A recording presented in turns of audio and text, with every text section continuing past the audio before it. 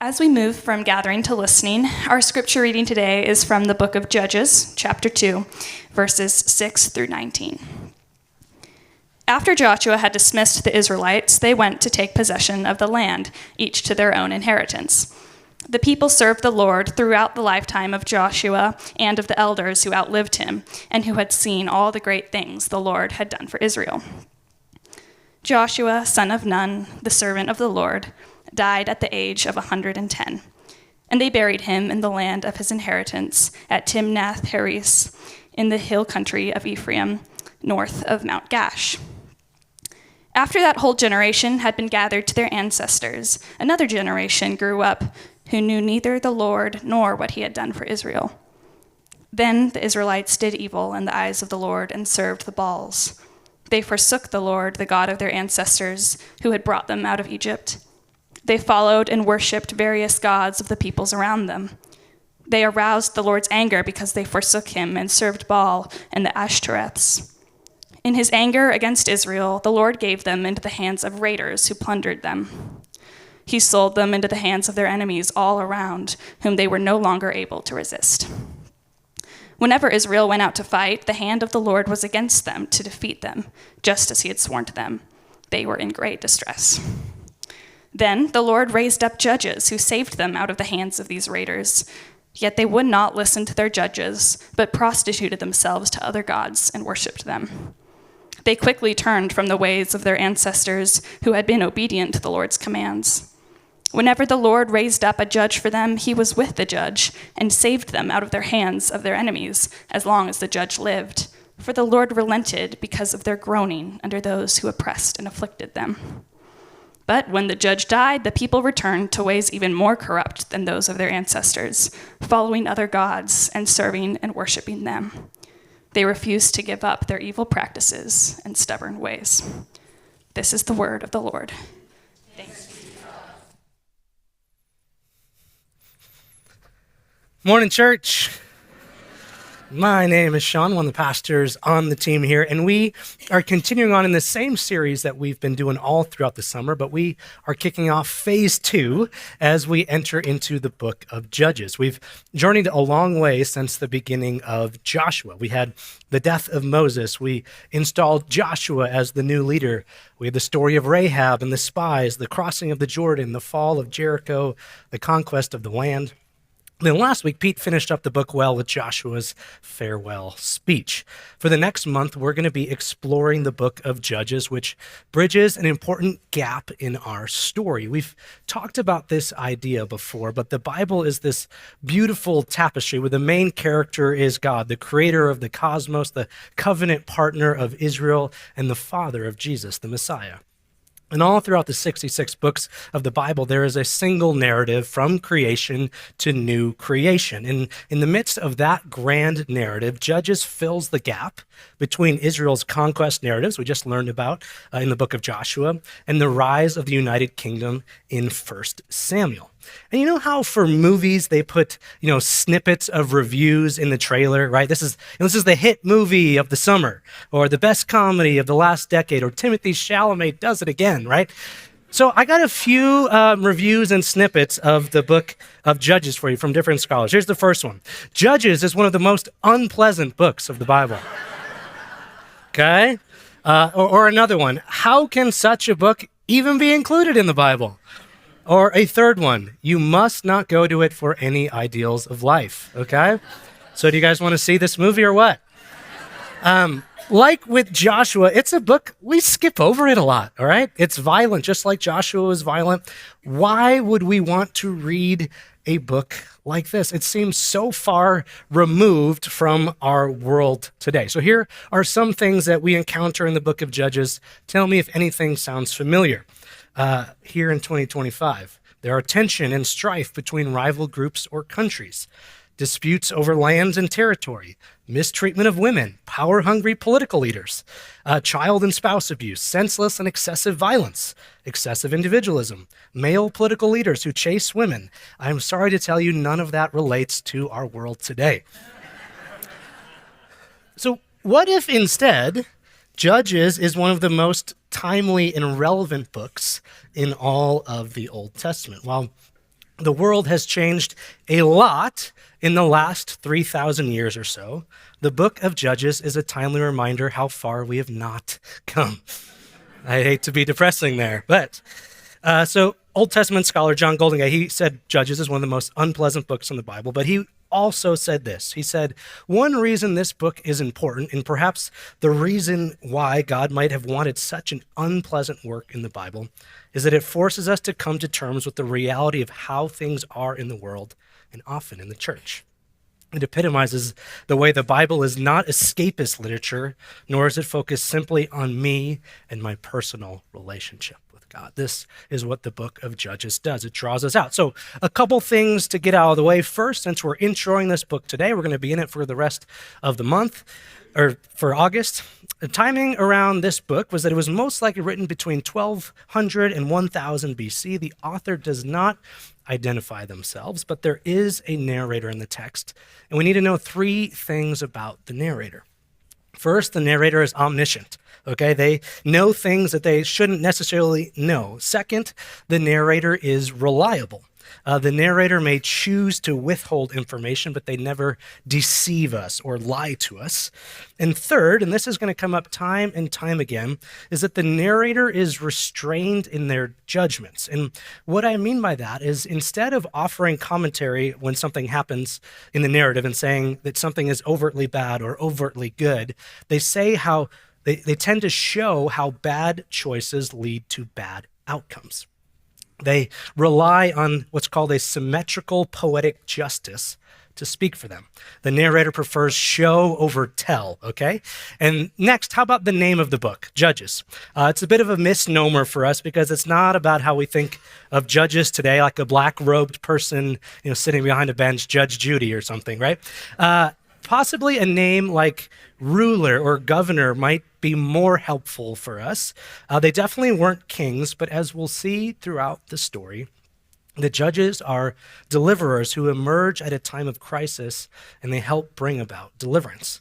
The word that we translate as judges comes from a verb that means to establish justice. So some scholars say a better title would be bringers of justice. This is the role that the judges were supposed to play.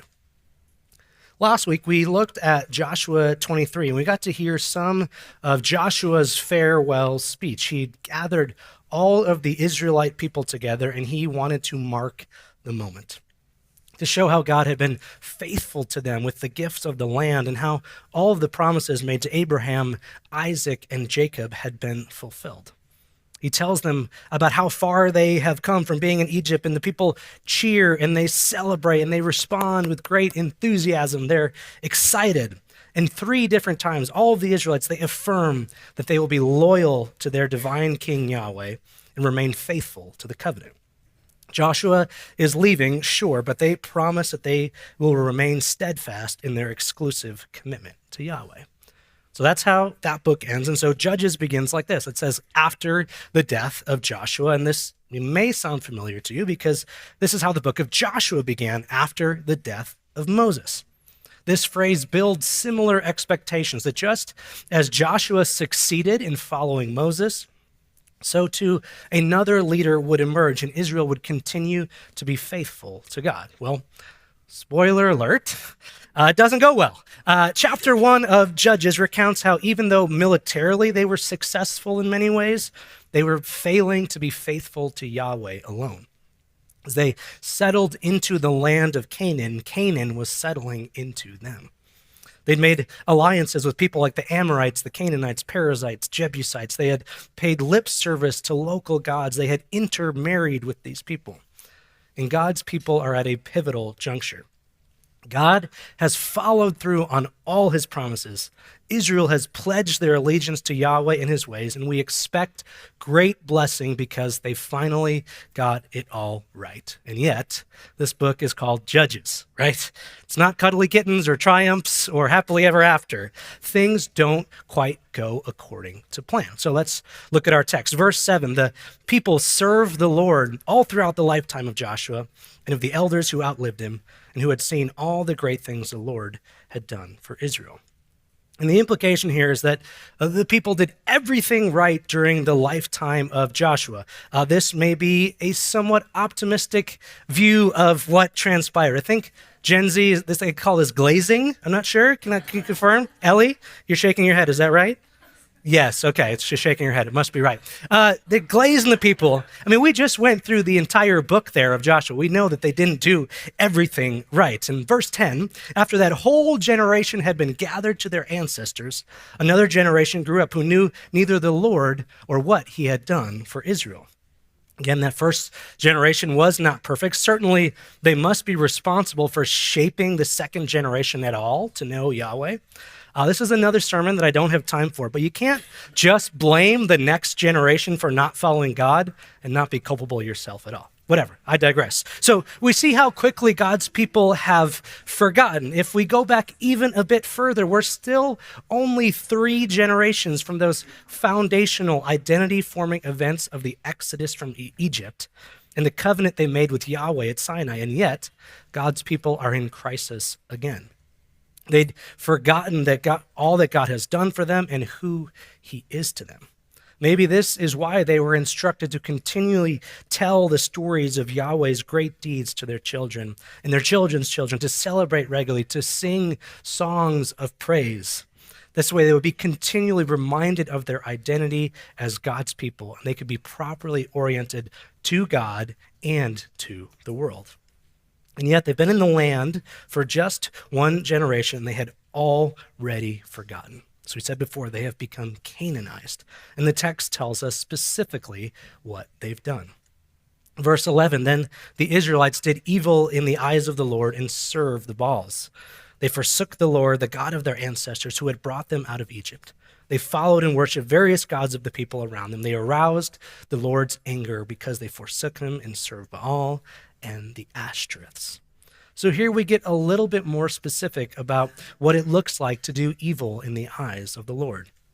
They no longer have undivided allegiance to Yahweh as king. They've even begun to worship some of these Canaanite deities, and it's a bit of an oversimplification, but the Baals are kind of stand-ins for the various male gods and Ashtoreths for the female goddesses. And these Canaanite deities were said to be involved in political events and war, sure, but even more so in the natural world and the cosmos. They were said to be behind the sequence of day and night, rain, sun, winter and summer, seed time and harvest. And this may have been why the Israelites began to stray. Sure, Yahweh got them out of Egypt, but now they needed someone to make their crops grow. And that's what these deities were known for. Whatever it was, we see that for Yahweh, evil is defined in terms of who they worship and serve. They have a divided loyalty in spite of that threefold affirmation to Joshua that they will continue to remain faithful to Yahweh and to Yahweh alone. And it's here, as we learn of this evil that the Israelites did, that the text tells us about a cycle that goes on to repeat all throughout the book of Judges. We'll eventually hear about 12 different judges. Some names you'll recognize, some you might not. And this cycle largely holds true throughout each of their unique stories. And if you look at stories as a whole, myths, books, now movies, having a structure and a cycle that repeats itself actually isn't all that surprising. History doesn't repeat itself, but it often rhymes. And I wonder if you have heard of an author by the name of Joseph Campbell. He began his career as a mythologist. He partially rose to prominence for an idea he wrote about called the hero's journey. Campbell argued that a pattern exists beneath the narrative elements of most great stories, regardless of their origin or their time of creation. And the hero's journey has 12 steps, and it looks like this, and I know that you can't read each of those steps, so I'm going to walk you through it. Starts at the top. The hero starts in the ordinary world, receives a call to adventure. They often refuse that call, but then they meet a mentor and they finally agree and depart on the journey. Along the way, there are tests, allies, and enemies as they approach the climax of the story where they overcome a great trial and receive some type of reward, not necessarily a physical thing. But the story doesn't end there because the hero has to return back to where they started. They are the same person, but they've been resurrected into someone different because of their experiences. And I get that is entirely, can be tough to visualize. So let's put some concrete examples to it. All right, how about Star Wars, A New Hope? Anybody see that in theaters in 1977? Yes, heroes. I'm jealous, okay?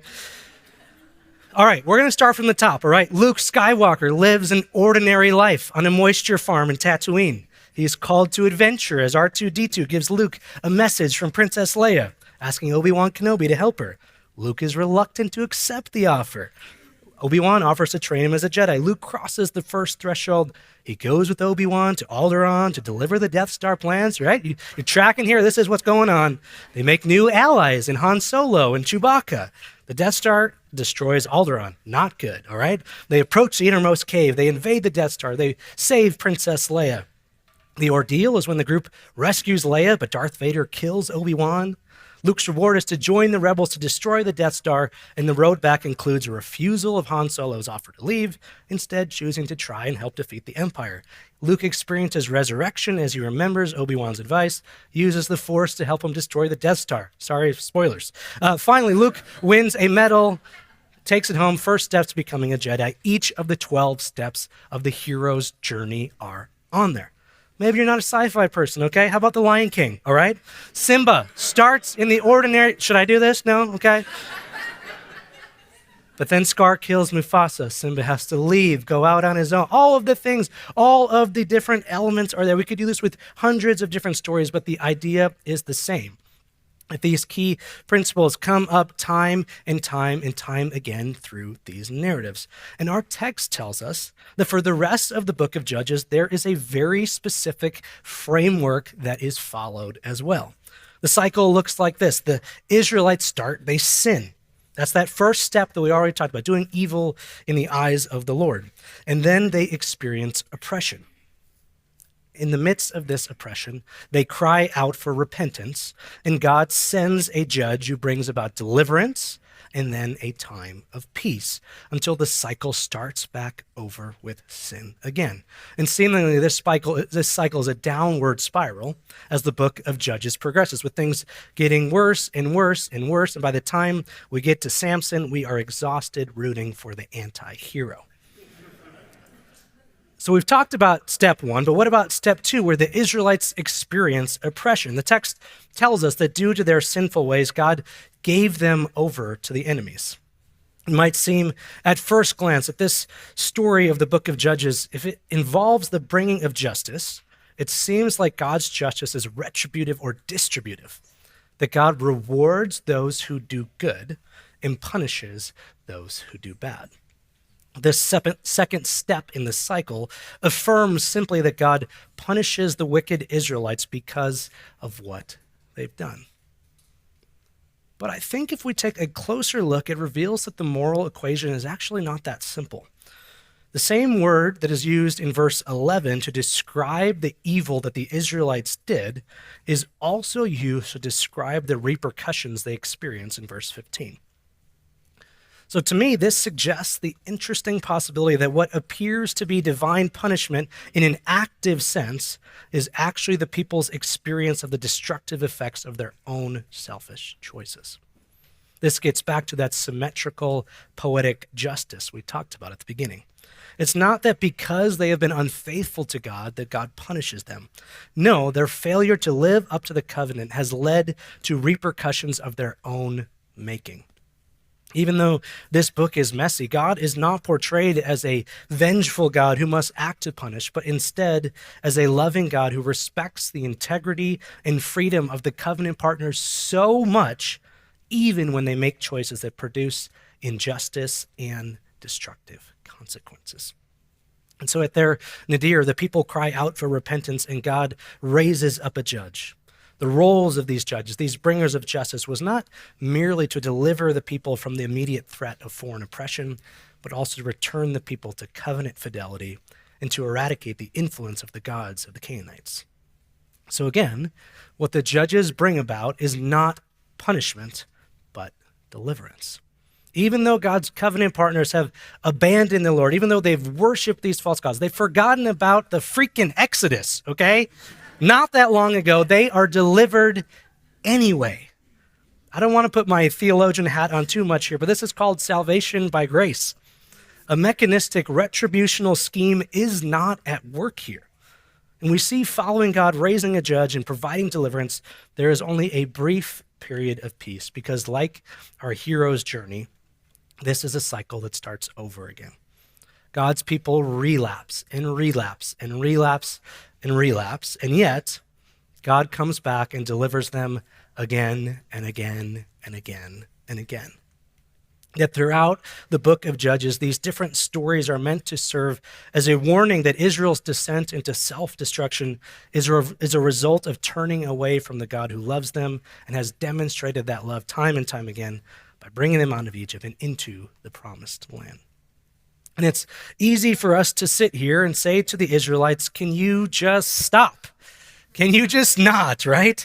But then I think to myself, we do the same thing. We fall into the same patterns and cycles of knowing what God's way is, of knowing what God has laid out as the best way to live our lives, and yet we choose our own way. And so often we experience the repercussions of those choices. Now, I don't want to break any rules against HIPAA here, but one of the things that Pete and I have in common is we both have sleep apnea, all right? We both use CPAP machines to sleep, and let me tell you, the CPAP has changed my life, okay? I want to testify it has saved my life. Literally, I've been a horrible sleeper for as long as I can remember. That's my wife agreeing, yeah. After our youngest daughter was born, I finally did a sleep test. We'd already hit the deductible. And it turned out, that's not a statement on healthcare, sorry. It turned out that I was stopping breathing 30 times an hour. I'm not a medical expert, but that seems not ideal.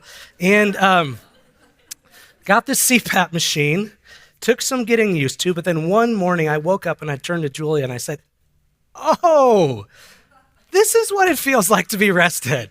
I had no idea you could just wake up and not be exhausted already. And now I'm used to it and I sleep great most nights, but sometimes I still fight that machine. If there are any other CPAP users, you know what I'm talking about. You don't have to reveal yourselves, but I take my mask off in the middle of the night, even though I know I'll end up sleeping horribly. Even knowing that this is going to happen to me, I still choose to do it in the middle of the night. Even though my CPAP machine is ever faithful to me, I can't break the cycle of what I am doing, of trying to get this thing off of my face. And we do that all in our own lives all the time. You and I, we all do that. And so the question for me is, what does the book or this cycle of Judges teach us about the main character of our story who remains faithful to us, this God of creation to new creation? And I think that it shows us that for God, it is grace all the way down. That our God is not a God of sheer force or coercion. If he was, he would have just forced Israel into shape or punished them incessantly. Instead, God gives freedom, and with that freedom comes the opportunity to live well or to live poorly. The God we see in the book of Judges and throughout the Bible simply cannot and will not be unfaithful to an inveterately unfaithful people. That God's sovereignty takes the form of steadfast love, and he is gracious and merciful. And yet, grace is not cheap. The Israelites suffer because of the consequences of their own choices, that even though the guilty don't walk off scot-free, they are never abandoned or condemned. That this cycle shows a God whose essential will is to forgive and to give life. Grace is free, yes, but it is not cheap. As I think we also see that this set of narrative cycles reminds us of a challenge at the heart of the gospel.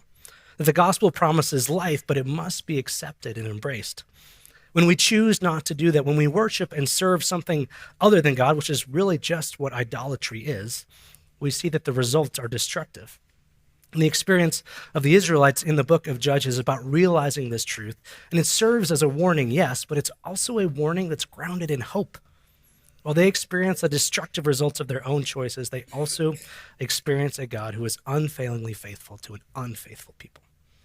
And I hope that what you'll see in this pattern here over the next few weeks is that God cannot help but be gracious to a people who cannot help but be unfaithful. This is the portrayal of God throughout the biblical canon, including the prophetic books, which both demand obedience and promise forgiveness. And in the New Testament, where the resolution of this duality takes the form of a cross, the ultimate act of God's grace towards an incorrigible and sinful humankind.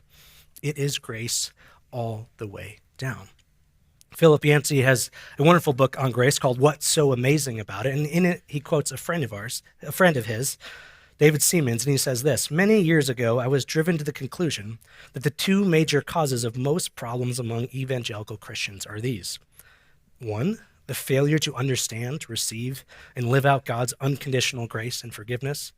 And two, the failure to give out that unconditional love, forgiveness, and grace to other people." We don't really understand grace. It's hard for us to grasp. And because the way I see it, God is really bad at math. In the Gospel of Luke, we hear a story of how God leaves the 99 sheep for the sake of the one. Just leaves the 99 unattended in the dark to go after one. That doesn't make sense. In the Gospel of John, a woman took a jar of perfume worth a year's wages and poured it on Jesus' feet. Surely less could have sufficed. Surely they could have sold some of that and given it to the poor. In the Gospel of Mark, Jesus says that the 2 coins gifted by the widow was worth more than all of the high rollers combined. It doesn't make sense. In Matthew, Jesus tells a parable of a farmer who hired people to work on his vineyard. Some were there at sunrise, others came throughout the day, and they all received full wages. None of it makes sense because this is God's economy of grace. As Yancey goes on to say, grace means there is nothing we can do to make God love us more, and grace means there is nothing we can do to make God love us less. In the coming weeks, we'll dive deeper into these stories full of tragedy, uncertainty, adventure, and greed. We'll see about a people trying to operate in a fallen world not as God intended. We'll see violence, we'll see pain, we'll see tragedy, and like a smidge of triumph in there as well. But in these stories, I think we'll see the faithfulness of God on display. That where sin runs deep, grace is more. And hopefully we can know that the very same God remains faithful to us today. Because in a world of idolatrous and deadly distraction, in a time when God's creational purposes are threatened to an unprecedented scale, in the midst of a system that rewards excessive individualism, yes, I'm talking about right now, the book of Judges asks a central question that we still must answer. Will we worship and serve God alone? Will we choose to believe that following God's way is best, even when it feels like it costs us something? Will we feel like we can't get ahead or we're getting left behind? Will we be reminded that following Jesus is the way? Because ultimately, this is the message of the gospel. In the midst of this seemingly endless cycle and these turning spokes, Jesus breaks the wheel. He willingly gets up to the cross to demonstrate just how far that grace extends. That he is willing to take all of our sins and failures and pride and idolatry and whatever else upon himself and replace those things with an endless cycle of grace. That no matter what we've done, no matter how we've messed it up or how we will mess it up, God meets us there with grace and forgiveness. So Antioch family, may we in the cycle of our lives meet the God who meets us and offers us unending and unconditional grace, and may we extend it to others. Amen.